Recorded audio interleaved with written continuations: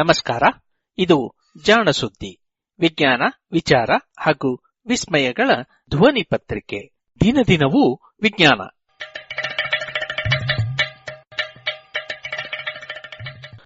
ಸಂಪುಟ 4, ಸಂಚಿಕೆ 59, ನವೆಂಬರ್ 9, 2020.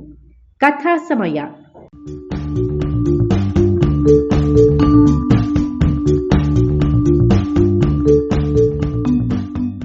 ವಿಶ್ವವಿಖ್ಯಾತ ವಿಜ್ಞಾನಿ ಚಾರ್ಲ್ಸ್ ಡಾರ್ವಿನ್ ಸುಮಾರು 200 ವರ್ಷಗಳ ಹಿಂದೆ ಬೀಗಲ್ ಹಡಗಿನಲ್ಲಿ ವಿಶ್ವ ಪರ್ಯಟನೆ ಮಾಡಿದಾಗ ತಾನು ಕಂಡು ದಾಖಲಿಸಿದ ವೈಜ್ಞಾನಿಕ ಟಿಪ್ಪಣಿಗಳ ಅನುವಾದ.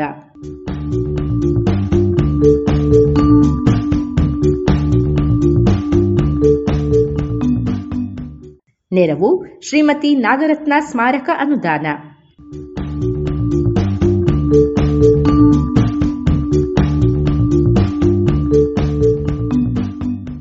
ಬೀಗಲ್ ಸಾಹಸಯಾನ, ಸಂಚಿಕೆ 113.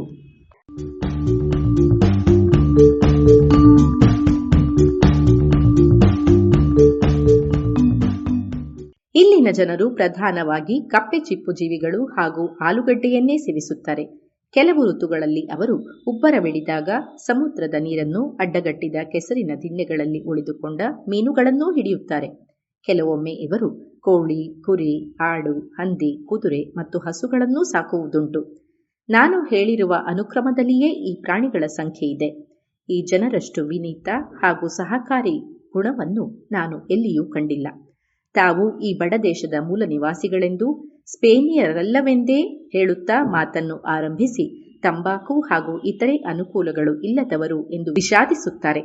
ಇಲ್ಲಿನ ದಕ್ಷಿಣದ ತುದಿಯಲ್ಲಿರುವ ಕೇಲೆನ್ ಎನ್ನುವ ದ್ವೀಪದಲ್ಲಿ ನಮ್ಮ ನಾವಿಕರು 3.5 ಪೆನ್ಸ್ ಮೌಲ್ಯದ ಒಂದು ತುಂಡು ತಂಬಾಕನ್ನು ಕೊಟ್ಟು 2 ಕೋಳಿಗಳನ್ನು ಕೊಂಡರು.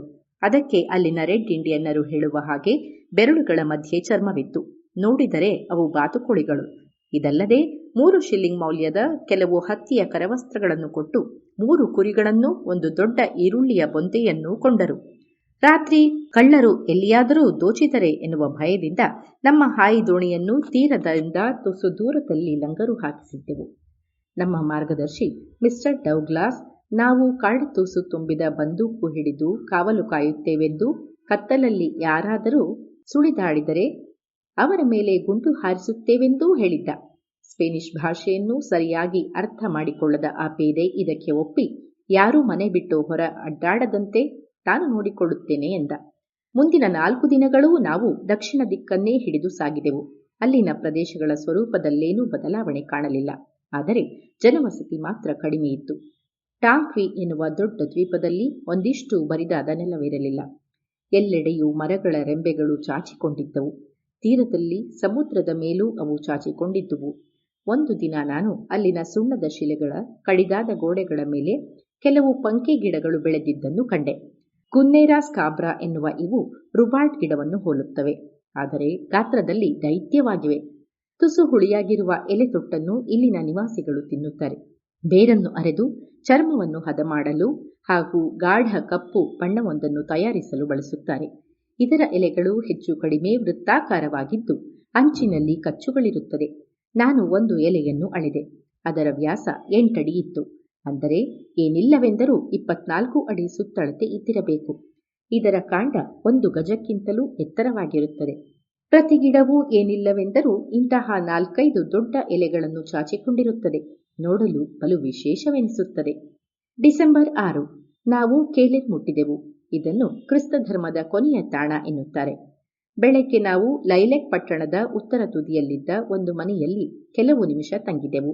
ಈ ಪಟ್ಟಣ ದಕ್ಷಿಣ ಅಮೆರಿಕದಲ್ಲಿರುವ ಕ್ರಿಶ್ಚಿಯನ್ ಪ್ರದೇಶಗಳಲ್ಲಿಯೇ ಅತಿ ಕೊನೆಯಲ್ಲಿರುವ ಪ್ರದೇಶ. ಬಲು ಹೀನಾಯ ಪರಿಸ್ಥಿತಿಯಲ್ಲಿರುವ ಸ್ಥಳ. ಇಲ್ಲಿನ ಅಕ್ಷಾಂಶ 43 ಡಿಗ್ರಿ 10 ಸೆಕೆಂಡುಗಳು. ಇದು ಅಟ್ಲಾಂಟಿಕ್ ಸಾಗರ ತೀರದಲ್ಲಿರುವ ರಿಯೋ ನಿಗ್ರೋಗಿಂತ 2 ಡಿಗ್ರಿ ಉತ್ತರಕ್ಕಿದೆ.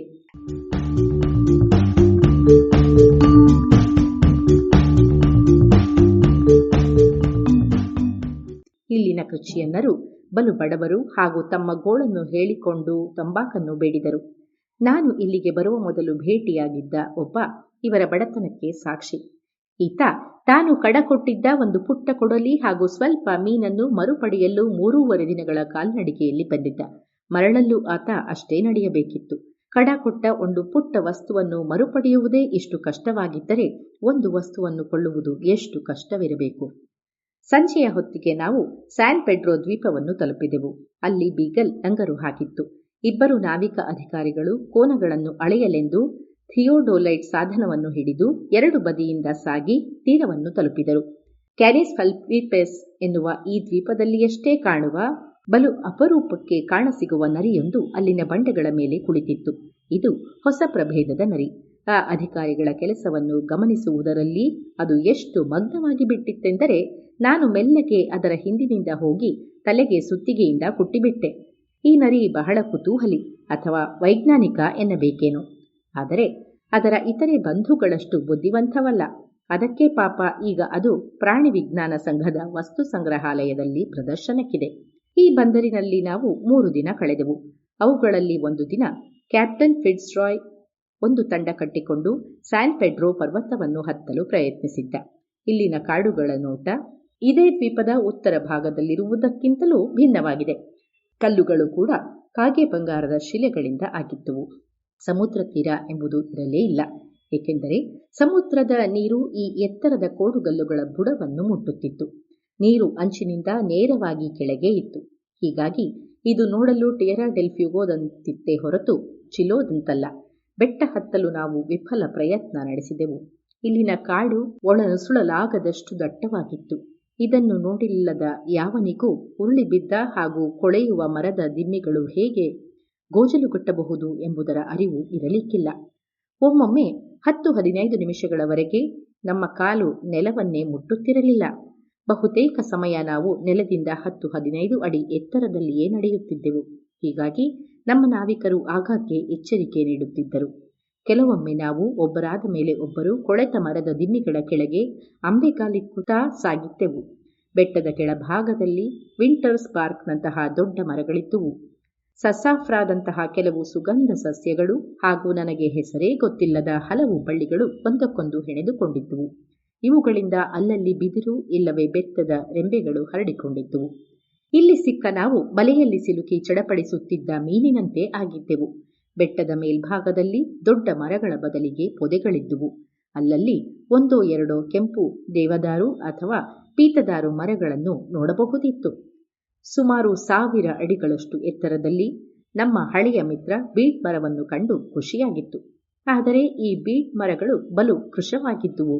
ಅಂದರೆ ಇದು ಈ ಮರಗಳು ಬೆಳೆಯಬಹುದಾದ ಉತ್ತರದ ತುಟ್ಟ ತುದಿಯ ಪ್ರದೇಶವಿರಬೇಕು. ಕೊನೆಗೆ ನಿರಾಶರಾಗಿ ಬೆಟ್ಟ ಹತ್ತುವ ಪ್ರಯತ್ನವನ್ನು ಕೈಬಿಟ್ಟೆವು.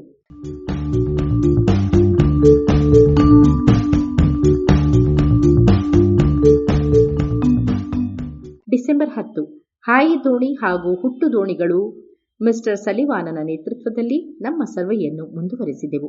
ಆದರೆ ನಾನು ಅವರ ಜೊತೆ ಹೋಗದೆ ಬೀಗಲ್ ಹಡಗಿನಲ್ಲಿಯೇ ಉಳಿದುಕೊಂಡೆ.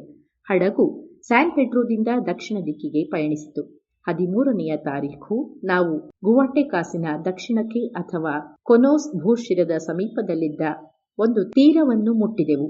ನಾವು ಇಲ್ಲಿಗೆ ಬಂದಿದ್ದು ಒಳ್ಳೆಯದೇ ಆಯಿತೆನ್ನಿ. ಏಕೆಂದರೆ ಮರುದಿನವೇ ಟೇರಾ ಡೆಲ್ ಫ್ಯೂಗೋದಲ್ಲಿ ಇರಬೇಕಾಗಿದ್ದ ಚಂಡಮಾರುತವೊಂದು ರುದ್ರ ನರ್ತನ ಮಾಡಿತು.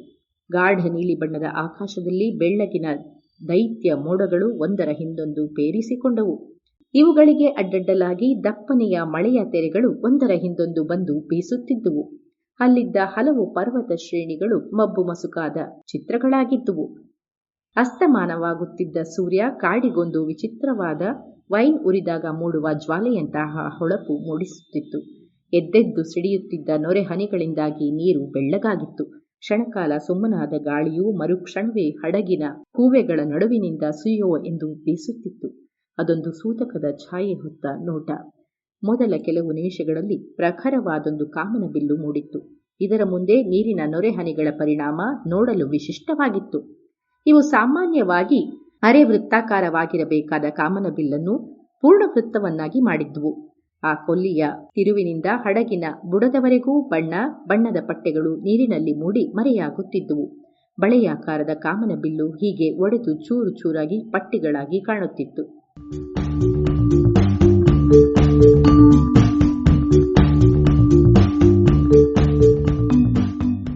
ಇದು ಇಂದಿನ ಕಥಾ ಸಮಯ.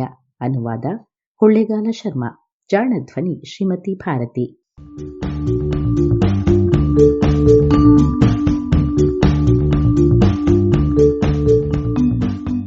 ನೆರವು ಶ್ರೀಮತಿ ನಾಗರತ್ನ ಸ್ಮಾರಕ ಅನುದಾನ.